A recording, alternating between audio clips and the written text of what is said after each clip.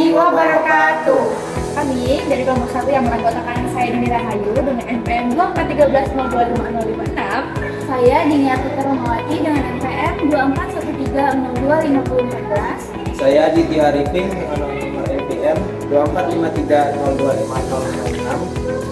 Kami dari kelompok 1 akan menjabarkan perancangan antarmuka aplikasi mobile baca cepat yang sudah kelompok kami rancang. Mari simak video kami.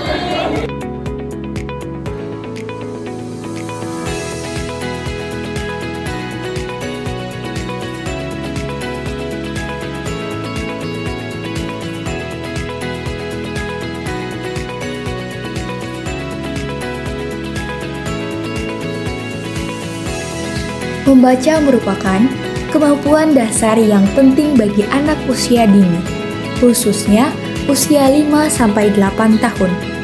Namun, banyak anak mengalami kesulitan belajar membaca karena kurangnya media pembelajaran yang menarik dan interaktif. Di era digital, aplikasi mobile menjadi solusi yang potensial, namun masih banyak yang belum ramah anak. Untuk itu, dirancanglah aplikasi baca cepat sebagai media bantu belajar membaca yang menyenangkan. Dengan fitur-fitur cerita bergambar, audio, dan kuis. Aplikasi ini dikembangkan berdasarkan prinsip interaksi manusia dan komputer agar mudah digunakan dan sesuai dengan kebutuhan anak-anak serta pendampingnya. Tujuan aplikasi baca cepat dibuat untuk membantu anak-anak usia 5-8 tahun belajar membaca dengan cara yang seru dan mudah dipahami. Aplikasi ini juga ditunjukkan untuk membantu orang tua dan guru dalam mendampingi anak-anak belajar membaca lewat tampilan yang menarik dan mudah digunakan anak-anak. Baik, sekarang kita masuk kepada analisis kebutuhan pengguna. Nah, untuk membuat aplikasi baca cepat yang benar dan bermanfaat, kami melakukan analisis kebutuhan pengguna. Kami melihat siapa saja penggunanya, apa kebiasaan mereka, serta apa yang mereka butuhkan saat mereka belajar membaca. Dari hasil pengamatan dan persona pengguna, kami membagi dua kebutuhan ini menjadi dua jenis, kebutuhan fungsional dan kebutuhan non-fungsional. Masuk kepada poin yang pertama, kebutuhan fungsional.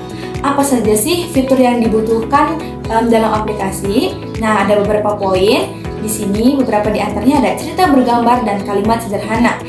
Jadi anak-anak lebih mudah memahami cerita jika disertai gambar yang menarik dan kalimat yang pendek. Serta cerita harus sesuai dengan usia, tidak terlalu rumit dan menggunakan kata-kata dasar. Kemudian ada fitur audio pendukung. Jadi, anak-anak yang belum lancar membaca akan terbantu jika ada suara yang membacakan teks. Nah, di sini aplikasinya mempunyai tombol suara, yaitu audio yang bisa dibunyikan kapan saja. Kemudian ada kuis kosakata. Untuk melatih pemahaman, anak-anak perlu soal kuis sederhana nih. Misalnya, mencocokkan gambar dengan kata, memilih kata, atau menyusun huruf menjadi kata. Kemudian ada tampilan progres belajar. Jadi di sini aplikasi tuh menunjukkan cerita mana yang sudah dibaca atau kuis mana yang sudah dijawab. Jadi ini tuh memberikan semangat anak untuk menyelesaikan semua cerita. Baik, selanjutnya ada kebutuhan non fungsional. Jadi cara aplikasinya ini tuh dirancang agar nyaman digunakan. Nah, ada beberapa poin di sini. Yang pertama yaitu ada navigasi yang mudah dipahami anak.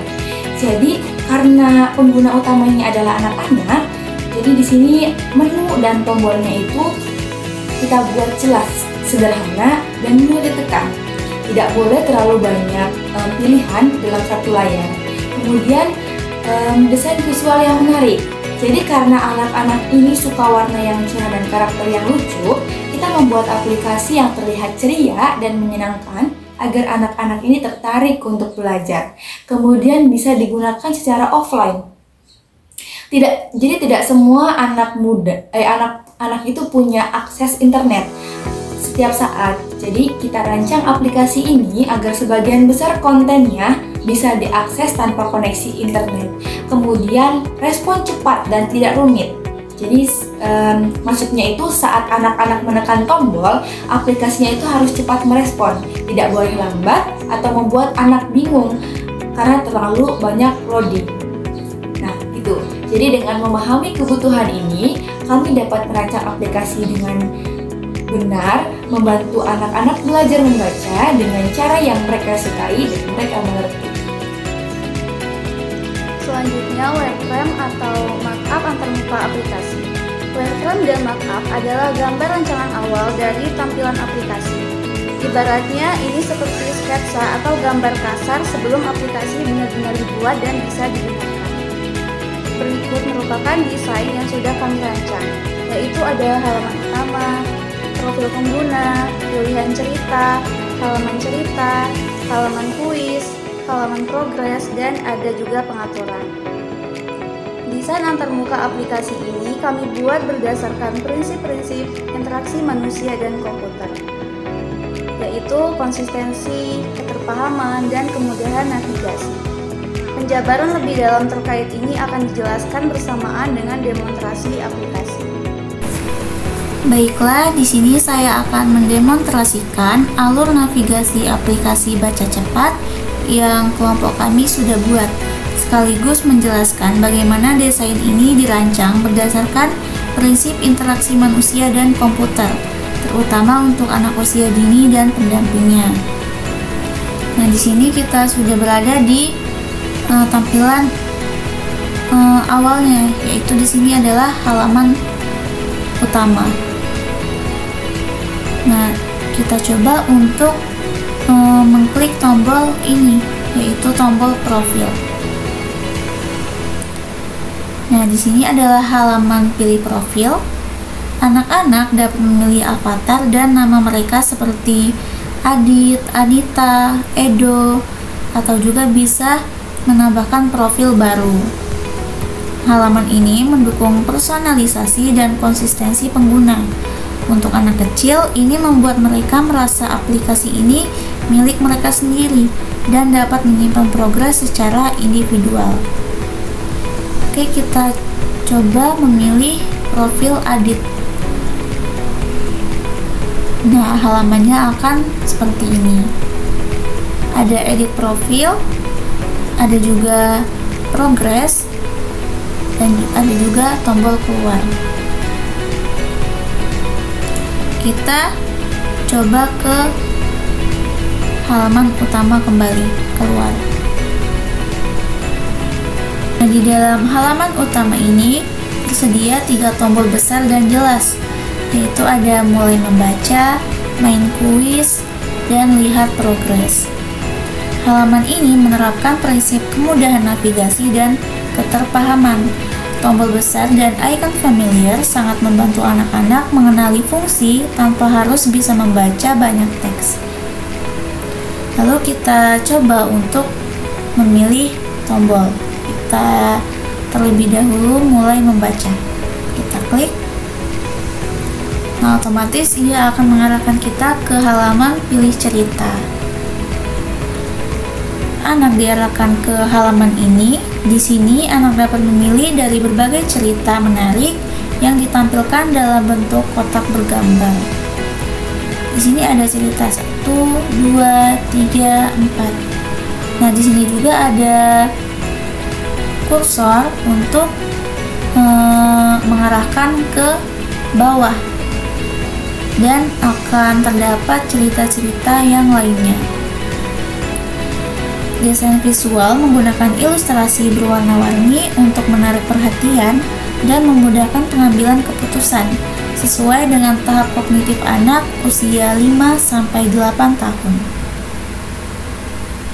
Sekarang kita akan mencoba untuk memilih salah satu cerita dari cerita ini. Kita pilih cerita kedua, kita klik. Nah, ia akan ke halaman cerita. Di sini anak membaca cerita pendek sambil melihat gambar. Tersedia juga tombol audio untuk membacakan teks, serta tombol ulangi cerita dan cerita selanjutnya. Kita coba untuk mengklik cerita selanjutnya. Nah, ia akan mengarahkan kita ke lanjutan cerita yang tadi. Nah, prinsip fleksibilitas dan dukungan pengguna diterapkan di sini. Audio membantu anak yang belum lancar membaca. Tampilan satu halaman satu fungsi meminimalkan distraksi. Nah, setelah semua cerita selesai dibaca, otomatis akan mengarahkan kita ke halaman kuis. Anak bisa menjawab kuis dengan memilih salah satu dari 3 kata sesuai gambar. Nah, halaman ini interaksi sederhana dan cepat memberikan umpan balik langsung.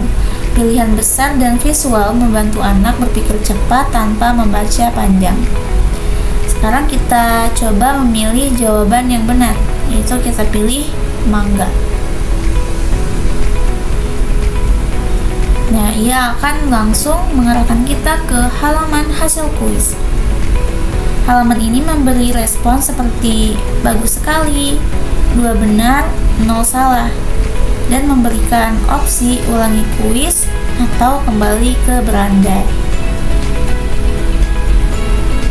Di halaman ini, memberikan feedback positif secara langsung sangat penting untuk motivasi anak. Teks pendek dan jelas sesuai dengan tingkat pemahaman mereka. Oke, kita coba kembali ke berandai. Nah, ini akan langsung mengarahkan kita ke halaman utama tadi. Mulai membaca sudah, main kuis juga sudah. Sekarang kita akan menuju ke navigasi lihat progres. Kita klik. Nah, akan menuju ke halaman progres.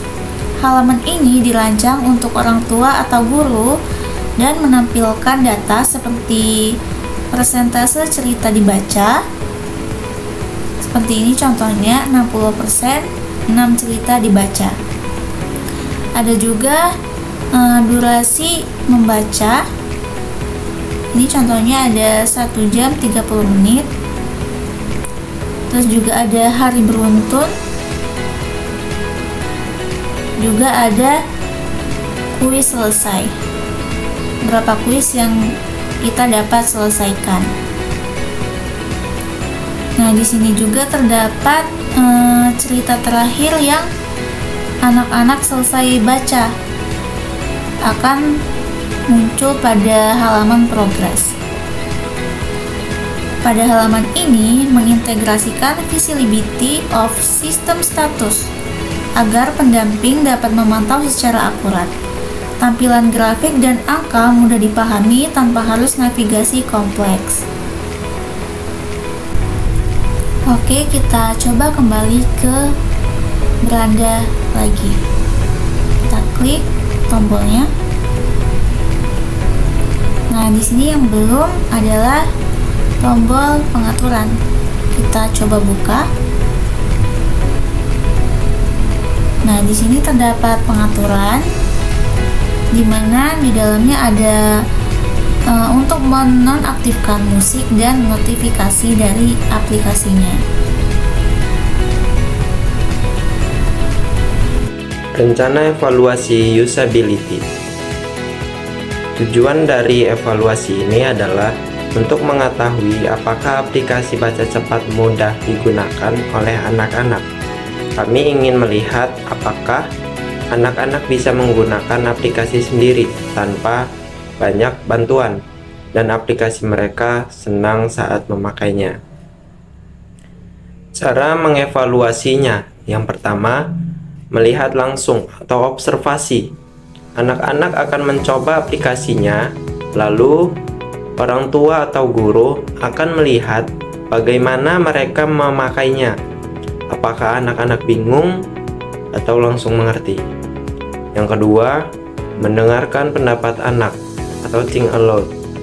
Anak-anak akan diminta berbicara, menunjukkan apa yang mereka pikirkan saat menggunakan aplikasi. Misalnya bilang, ini ceritanya lucu, atau aku bingung tekan yang mana. Poin yang ketiga, tanya pendamping atau wawancara. Setelah anak-anak selesai mencoba, orang tua atau guru akan ditanya bagaimana pendapat mereka. Apakah aplikasinya membantu dan mudah digunakan? Kemudian, apa yang dilihat saat evaluasi? Yang pertama itu ada, apakah anak bisa memilih menu seperti baca atau main kuis dengan mudah? Dan yang kedua, ada apakah mereka mengerti cerita dan bisa menyebutkan kata-kata yang ada? Yang ketiga, apakah tampilan dan suara dalam aplikasi menarik dan membantu? Yang keempat, apakah anak bisa pindah-pindah halaman tanpa bingung? Yang kelima, apakah anak senang memakainya dan ingin mencobanya lagi? Kemudian yang terakhir ada penutup dan refleksi desain. Dalam proyek ini, kami belajar merancang antarmuka yang menarik dan mudah digunakan oleh anak-anak. Kami menyadari pentingnya desain yang sederhana, penuh warna, serta penggunaan suara dan gambar untuk membantu pemahaman anak-anak. Tantangan yang kami hadapi termasuk menyederhanakan fitur dan menyesuaikan tampilan untuk berbagai ukuran layar. Semua dapat diatasi melalui kerja sama tim dan uji coba. Pembagian peran dalam tim juga menjadi kunci keberhasilan proyek. Proyek ini mengajarkan bahwa membangun aplikasi bukan hanya soal teknologi, tetapi juga tentang empati terhadap pengguna. Sekian penjabaran perancangan aplikasi mobile baca cepat dari kami. Terima kasih. Wassalamualaikum warahmatullahi wabarakatuh.